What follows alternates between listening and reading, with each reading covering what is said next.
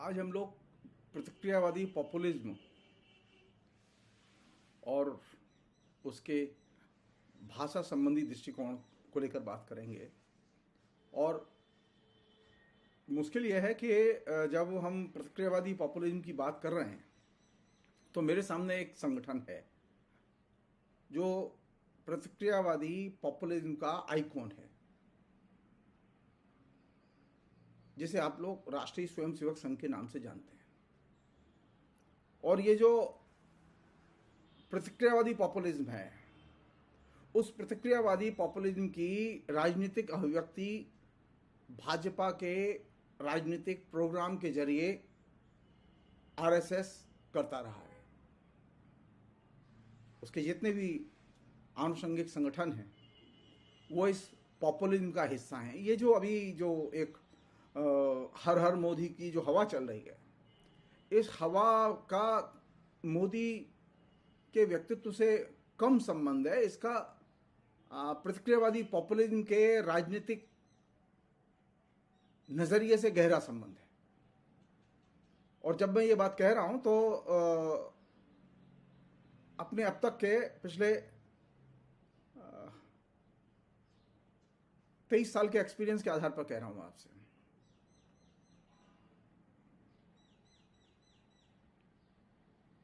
जो लोग ये सोचते हैं कि अचानक मोदी आए और 2014 में और मैंने अचानक लिखना शुरू कर दिया, वो गलतफहमी के शिकार हैं।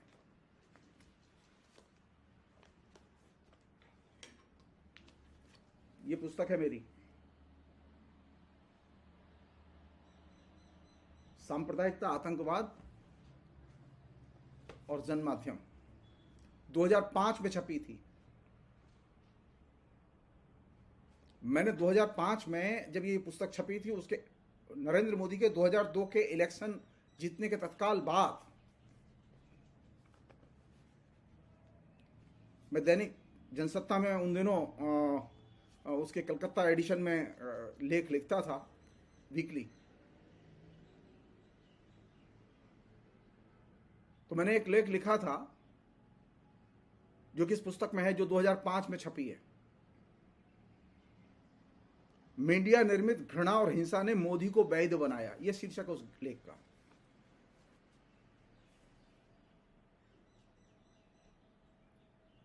इसी पुस्तक में मैंने सबसे पहले इस पहलू की तरफ ध्यान खींचा था कि ये जो मोदी नाम का जो आइकॉन जो विकसित किया जा रहा है, जो कि इलेक्शन में जीत के आया है, इस आइकॉन की धुरी नफरत और वायलेंस है।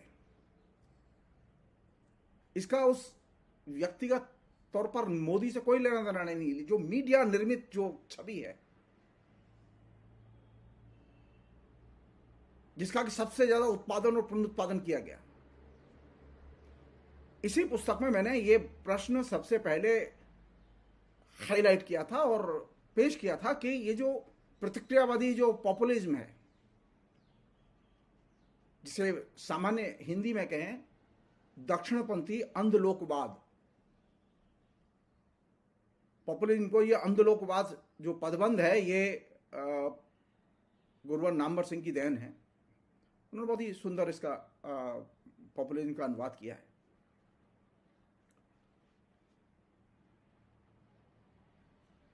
पॉपुलिज्म और खासतौर प्रतिक्रियावादी पॉपुलिज्म जब सत्ता के शिखर से आता है तो बेहद खतरनाक होता है। इसके लक्षण हैं भावोन्माद पैदा करना, अतरंजित ढंग से देखना,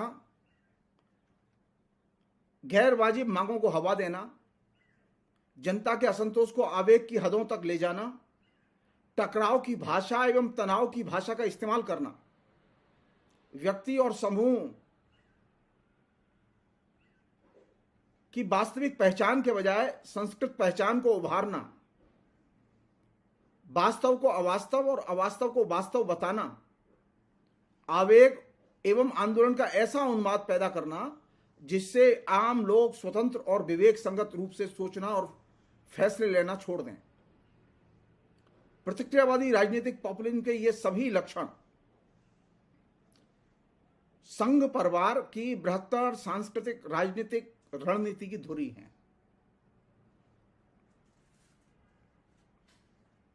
इसके अलावा जो महत्वपूर्ण चीज थी जो कि पेश की गई थी, जो कि संयोग से उस समय मैं वीडियो कल्चर से दूर था, आज मैं वीडियो कल्चर के पास हूं, मैंने लिखा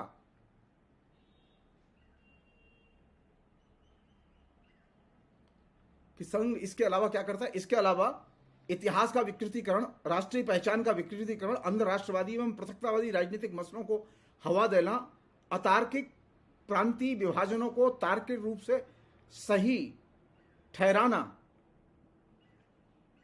ये प्रतिक्रिया पॉपुलिज्म की विशेषताएं हैं। ये जो 3 राज्य बने, छत्तीसगढ़, उत्तराखंड, झारखंड, बहुत एक्टिव थे आरएसएस के लोग, उसमें बीजेपी के लोग बहुत एक्टिव थे। इस प्रतिक्रियावादी पॉपुलिज्म के सामने सरेंडर सबसे पहले जिस पार्टी ने किया वह थी कांग्रेस पार्टी।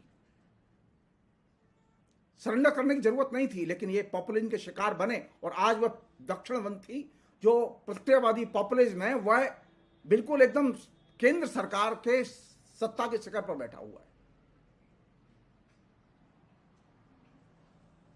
और इस पॉपुलिज्म का जो सबसे जिसे कोर एरिया है, जहां से कि ये बहुत प्रचार करते हैं, जिसे हम लोग सब जानते हैं, जिसका एक पहलू खाली मैं आज आपके सामने रखना चाहता हूं, वह हिंदी। आरएसएस का जो हिंदी प्रोपेगेंडा है उसका हिंदी के चरित्र से कोई लेना देना नहीं है। आरएसएस के लोग जिस हिंदी की बात करते हैं उसका हिंदी की विरासत से कोई संबंध नहीं है। वे एक स्वतंत्र किस्म की हिंदी और उसके रूपों की बात कर रहे हैं। वे हिंदी की साझा संस्कृति और साझा विरासत को नहीं मानते। वे ऐसे ही हिंदी की वकालत कर रहे हैं जो कि हिंदुत्व के आईने में फिट बैठे।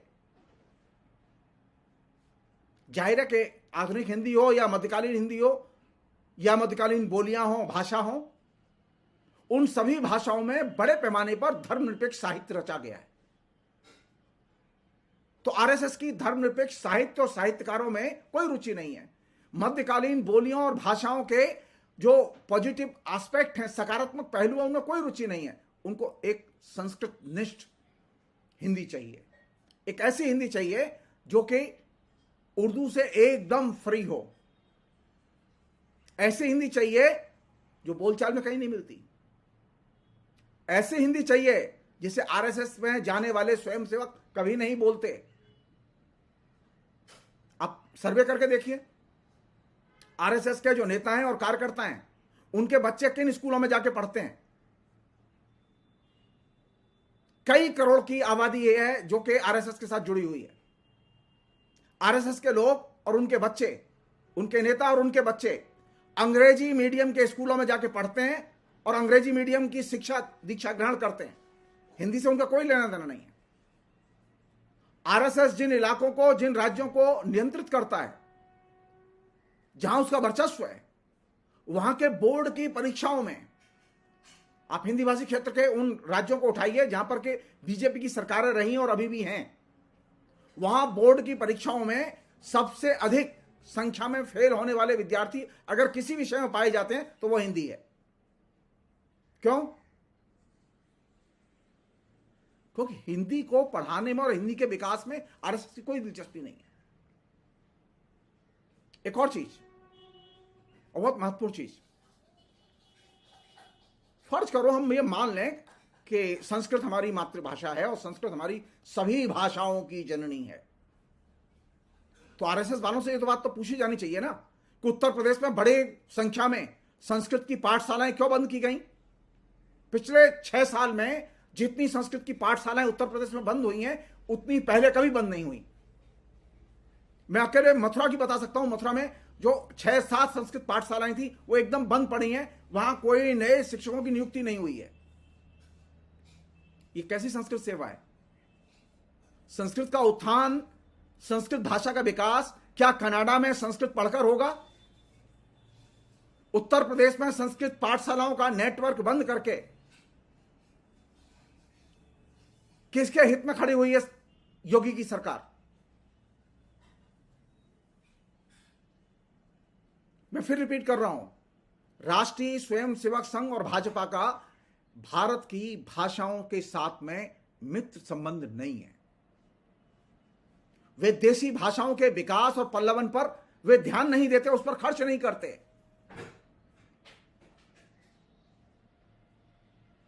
वे शिक्षा के विकास पर और उसके पल्लवन पर खर्च नहीं करते। इस साल का बजट उठा के देखिए आप, मोदी सरकार का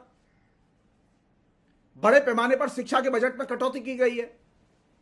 अब बड़े पैमाने पर शिक्षा के बजट में अगर कटौती की जाएगी तो क्या देशी भाषाओं का विकास होगा? क्या देशी शिक्षा का विकास होगा? क्या भारत के नागरिकों को शिक्षा मिलेगी? एक और उदाहरण बता रहा हूं, जनता के प्रति द्वेष कैसे व्यक्त किया जाता है। कल तक आप कहते थे कश्मीर भारत का अंग नहीं है, इसलिए 370 हटाओ और कश्मीर को भारत में मिलाओ। आपने कश्मीर को भारत में मिला लिया, फाइन, अब तो कश्मीर भारत में मिला हुआ है।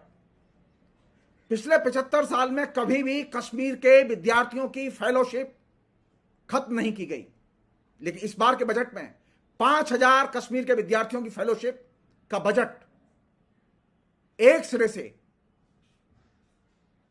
खत्म कर दिया गया। कश्मीर का एकीकरण ऐसे ही होगा कि वहां की जनता, वहां के नागरिक, वहां के छात्र जो पढ़ना चाहते हैं, लिखना चाहते हैं, उनकी फेलोशिप खत्म कर दी जाए। मैं फिर रिपीट कर रहा हूं, दक्षिणपंथी जो पॉपुलिज्म है, वो दक्षिणपंथी पॉपुलिज्म भाषाओं का शत्रु होता है। उसका भाषाओं से कोई प्रेम नहीं है। वो शिक्षा का शत्रु होता है, उसका शिक्षा से कोई प्रेम नहीं है, चाहे जितने डेवलपमेंट के विकास के नारे दिए जाएं।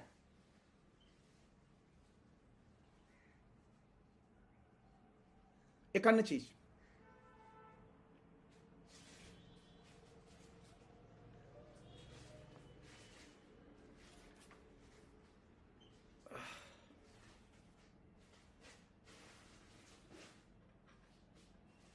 अच्छा ये बताइए कि आप शुद्ध हिंदी कैसी बनाएंगे? जनता के बिना भाषा कहां रहती है? शब्दकोश में रहती है। भाषा का निवास स्थान भाषा है या जनता है? राष्ट्रीय स्वयंसेवक संघ और भाजपा के लोगों को यह नहीं मालूम कि भाषा रहती कहां है। उनके लिए भाषा डिक्शनरी में रहती है। अगर कोई शब्द उनको ऐसा लगता है कि विदेशी है तो उसकी जगह डिक्शनरी से शब्द लाओ और शामिल करो। वे भाषा के विकास के लिए डिक्शनरी से डिक्शनरी की ओर भागते हैं, भाषा से भाषा की ओर भागते हैं। और यह भाषा से भाषा की ओर भागने का जो नजरिया है, यह जन विरोधी नजरिया है। भाषा के रूपों की पहचान उसके प्रयोग और जनता में उसके प्रचलित रूपों को देखकर होती है। तो शुद्ध हिंदी कैसी होगी? जनहीन, मूल्यहीन।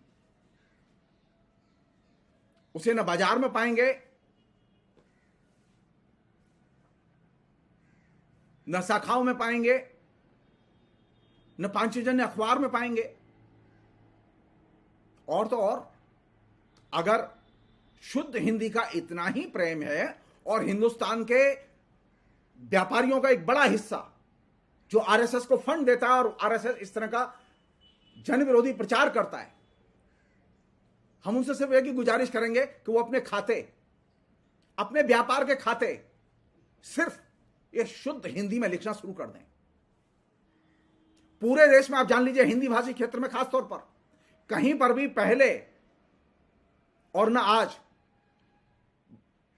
व्यापारियों के बही खाते शुद्ध हिंदी या हिंदी में नहीं लिखे जाते थे।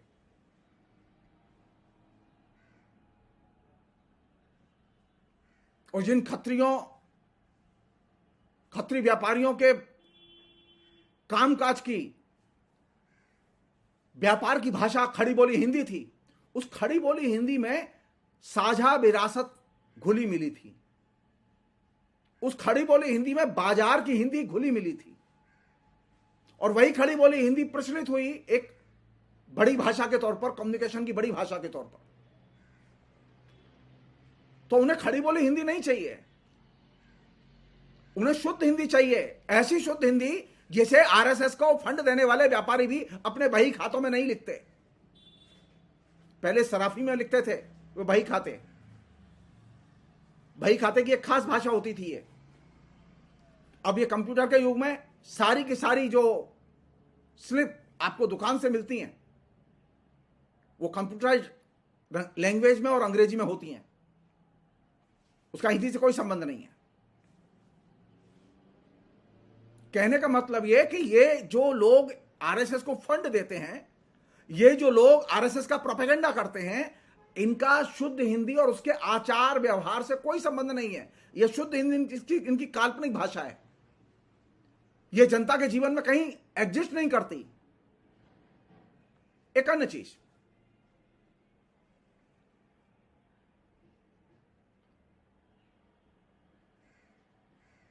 ये जो सोकॉल्ड हिंदी है ना, जिसे कि आरएसएस जिसकी हिमायत करता है, उसका भारत भारती से कोई संबंध नहीं है। मैथिली शरण गुप्त की उसका भारत की पहचान से कोई संबंध नहीं है।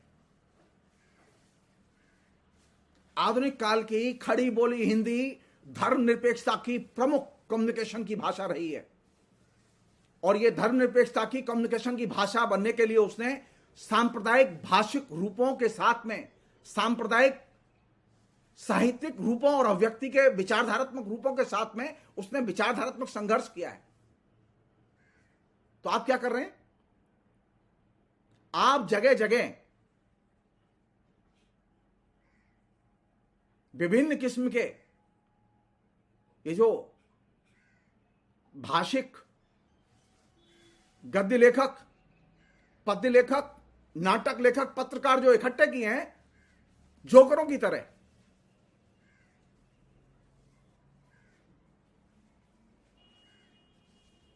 जो अपने लेखन में खड़ी बोली हिंदी की धर्मनिरपेक्ष और वैचारिक अंतर विरोधों से भरी परंपरा को एक तरह से इग्नोर करते हैं, अस्वीकार करते हैं, और वे कौन सी भाषा लिखते हैं?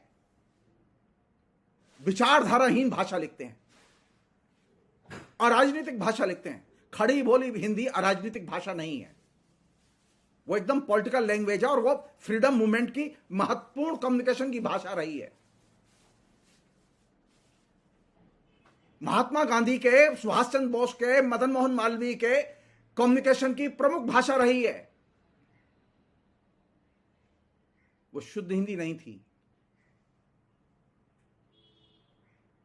कहने का अर्थ है कि दक्षिणपंथी प्रतिक्रियावाद, जिसके के आदर्श संगठन के तौर पर राष्ट्रीय स्वयंसेवक संघ भाजपा और उसके जो सहयोगी संगठन है जो काम करते रहते हैं, वे इस प्रतिक्रियावादी दृष्टिकोण के अंग के तौर पर भाषा के जिस उपकरण का प्रोपेगेंडा के रूप में इस्तेमाल करते रहे हैं, जिसका प्रोपेगेंडा करते रहे हैं, वह भाषा साहित्य विहीन और कला विहीन समाज बनाने की महत्वपूर्ण भाषा। और यही वजह है कि बड़े पैमाने पर साहित्य के समारोह और आयोजन किए जा रहे हैं, और इन साहित्य के समारोह आयोजनों के पीछे दक्षिणपंथी प्रतिक्रियावाद का जो कलाबोध है, वो कलाबोध क्या है? वो कलाबोध यह है कि साहित्य से प्रासंगिक जो सामाजिक, राजनीतिक, आर्थिक प्रश्न हैं उनको एक तरह से बहिष्कृत करो। साहित्य को सिर्फ साहित्य की तरह देखो, यानी कहानी को सिर्फ कहानी की तरह देखो, नाटक को सिर्फ नाटक की तरह देखो। अरे भाषा जीवन से विच्छिन्न होकर, साहित्य जीवन से विच्छिन्न होकर, विधा रूप जीवन से विच्छिन्न होकर कैसे अभिव्यक्ति करेंगे? वो तो फिर रद्दी के टुकड़े की तरह होंगे। तो ये संयोग है या दुर्योग है, हिंदी का दुर्भाग्य है कि इन दिनों साहित्य के उत्सवों के जरिए बड़े पैमाने पर जो आयोजन हो रहे हैं, जिनमें एक दो में मुझे भी करीब से देखने का और भाग लेने का मौका मिला है, वहां साहित्य का कोई संबंध नहीं है, साहित्य महोत्सवों का। तो साहित्य का अराजनीतिकरण करो, भाषा का अराजनीतिकरण करो। और अराजनीतिकरण का मतलब क्या है? भाषा और साहित्य से धर्मनिरपेक्षता के दृष्टिकोण को बहिष्कृत करो, लेखक के नजरिए से धर्मनिरपेक्षता के दृष्टिकोण को बहिष्कृत करो, लेखक को मजबूर करो, पुरस्कृत करो, इनाम दो, पद दो। किस बात के लिए? कि वह धर्मनिरपेक्षता का निषेध करे। और ये जो प्रतिक्रियावादी जो पॉपुलिज्म है, इस पॉपुलिज्म ने धर्मनिरपेक्ष संवैधानिक लोकतांत्रिक व्यवस्था जो हमने बड़ी मशक्कत से अर्जित की थी और बनाई थी 47 के बाद, उसको खासतौर पिछले 10 साल में बड़े पैमाने पर क्षतिग्रस्त किया गया है। अगर मुझसे पूछें तो इसकी सुनियोजित प्रक्रिया अटल बिहारी वाजपेयी के शासनकाल में ही शुरू हो चुकी थी। तो मोदी जी के 10 साल और अटल जी के 6 साल ये मिला के ये जो 16 साल का शासन है, ये दक्षिणपंथी प्रक्रियावाद के कार्यकलापों की आदर्श परीक्षा का कार्यकाल है। और इसमें जो चीज सबसे अधिक पैदा हुई वह था पॉपुलिज्म, पॉपुलिज्म और सिर्फ पॉपुलिज्म। और पॉपुलिज्म आपको एक काम करता है, आपको विवेकपूर्ण ढंग से सोचने नहीं देता, आपको अपने सामने के यथार्थ को देखने नहीं देता। और यह पॉपुलिज्म अभी हमारे घर में घुस चुका है, हमारे जेहन में घुस चुका है। जरूरत किस बात की है? इस पॉपुलिज्म से लड़ने की। और लड़ने का एक ही तरीका है, सामने के यथार्थ को देखो। साझी विरासत, मिश्रित सभ्यता, मिश्रित संस्कृति, मिश्रित भाषा और धर्मनिरपेक्ष जीवन मूल्यों से प्यार करना सीखो। यही इसका एकमात्र विकल्प है, इसके अलावा और कोई विकल्प नहीं है। जो लोग सोचते हो कि हम नरम हिंदुत्व के जरिए हिंदू वोट ले लेंगे, जी नहीं। जो लोग नरम हिंदुत्व से प्रभावित होंगे वो तो फिर ताकतवर हिंदुत्व को वोट देंगे। कांग्रेस की यह नरम हिंदुत्व की पॉलिसी दक्षिणपंथी प्रक्रियावाद के विकास में बहुत बड़ी भूमिका निभाती रही है। कांग्रेस को इससे सबक लेना चाहिए। मैं राहुल गांधी को हृदय से धन्यवाद देना चाहता हूं कि उन्होंने कांग्रेस को इस नरक से, जो नरम हिंदुत्व का जो नरक था, उस नरक से निकालने में पिछले दिनों कड़ी मेहनत की है। और जाहिर है कांग्रेस को इसकी कॉस्ट तो देनी होगी। नरम हिंदुत्व की कॉस्ट कांग्रेस दे रही है, लेकिन इसका मतलब यह नहीं कांग्रेस अप्रासंगिक हो गई है। जरूरत इस बात की, कांग्रेस धर्मनिरपेक्षता की और दक्षिणपंथी पॉपुलिज्म के खतरे, धर्मनिरपेक्षता की महत्ता और लोकतंत्र की महत्ता और दक्षिणपंथी पॉपुलिज्म के खिलाफ अहर्निश वैचारिक संघर्ष इसकी शक्ति को पहचाने और इसकी महत्ता को पहचाने, तभी हम लोकतंत्र को सही रास्ते पर ला पाएंगे। फिलहाल इतना ही। बहुत बहुत शुक्रिया। Thank you. बिछ गई सियासी विसार, खेला जा रहा है सियासी खेल, जारी है वार पलटवार। शह और मात के खेल में बनाई जा रही है रणनीति। कौन पड़ेगा किस पर भारी, ये कभी भी सिर्फ हस्तक्षेप.com पर अमलेंदु उपाध्याय के साथ